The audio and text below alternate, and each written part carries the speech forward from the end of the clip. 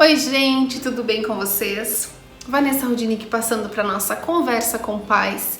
E hoje eu quero trazer um assunto que eu li um pouquinho sobre ele durante a semana, até li um artigo de Michigan nos Estados Unidos, que falava sobre a intencionalidade de a gente pedir ou forçar ou coagir o nosso filho, independente se criança ou adolescente, a fazer o pedido de desculpas.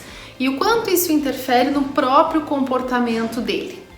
Vamos trocar uma ideia sobre isso? Tô te esperando. Gente, quando a gente fala em pedir desculpas, nós estamos falando para aquela criança para ela se retificar, né?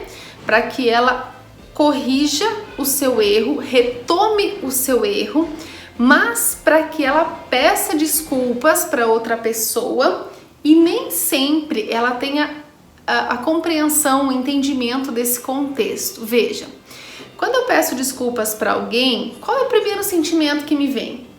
Tá desculpado, eu já me redimi, tá tudo bem, posso fazer de novo. Como se eu não tivesse mais obrigação nenhuma com aquela pessoa. Então, qual é o juízo de valor que a gente faz com essa palavra que é tão importante?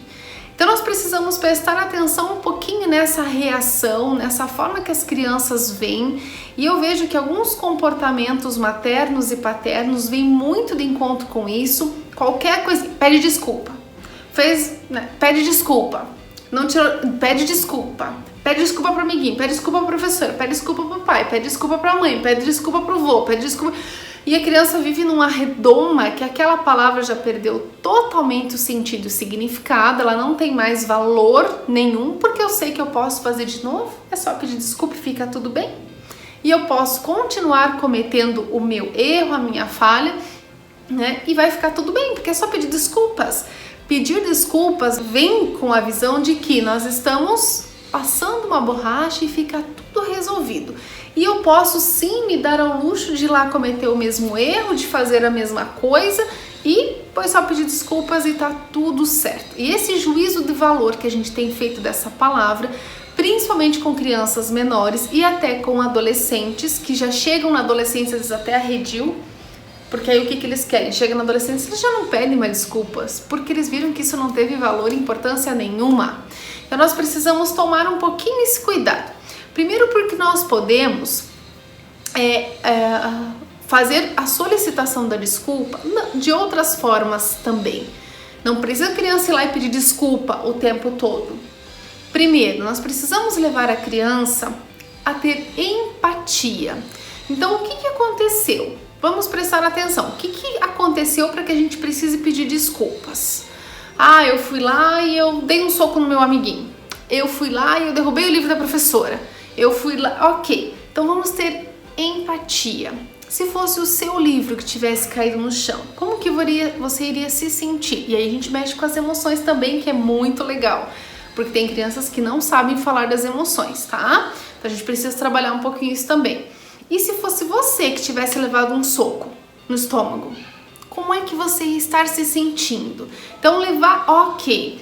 Isso foi uma coisa para se pedir desculpas? Ah, foi. Então você vai lá e pede desculpas.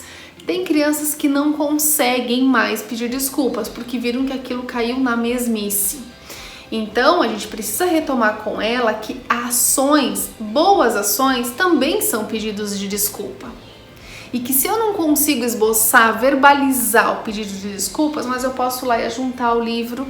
Olha, prof, eu posso ir lá e ajudar aquele colega que eu acabei dando um soco na hora da raiva, na hora do momento da tensão, eu fiz isso sem pensar.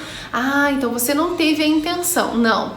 Então, se você não consegue pedir desculpas, tudo bem a gente combinar que isso não vai mais acontecer e que quando você tiver vontade de fazer isso, nós vamos fazer um outro combinado que você vai procurar um adulto, que nós vamos conversar sobre o que está acontecendo, porque senão ela fica desculpa, desculpa, desculpa, desculpa. E valor para essa palavra nenhum. Nós teremos 3 situações que nós precisamos prestar atenção em que momento a gente faz ou a gente pede para a criança pedir desculpas, ou o valor que ela mesma inseriu nela para pedir desculpas. Primeiro, nós temos aquela desculpa espontânea, que é assim, peguei uma coisa, caiu, desculpa. Ah, desculpa. Desculpa, tá? Ah, desculpa, não vou fazer mais. Ah, desculpa. Então, essa desculpa espontânea, que ela acontece ali imediato.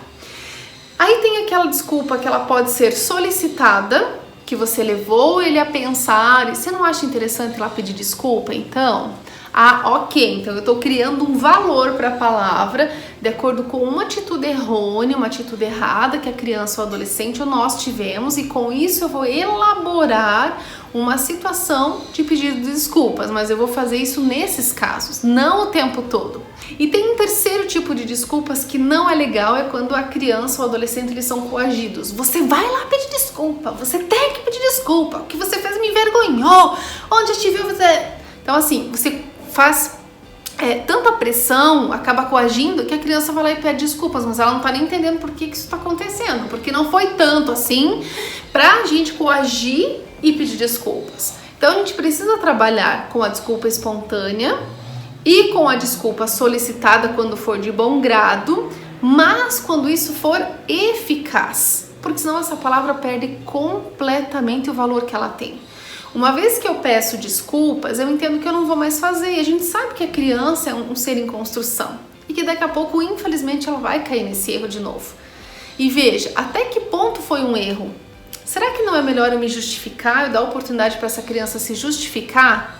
O que aconteceu? Por que chegamos nessa situação? Vamos tentar ouvir, fazer um movimento de escuta com a criança e com o adolescente para depois a gente chegar no pedido de desculpa, porque daqui a pouco a criança está de joelho pedindo perdão e não sabe nem por quê.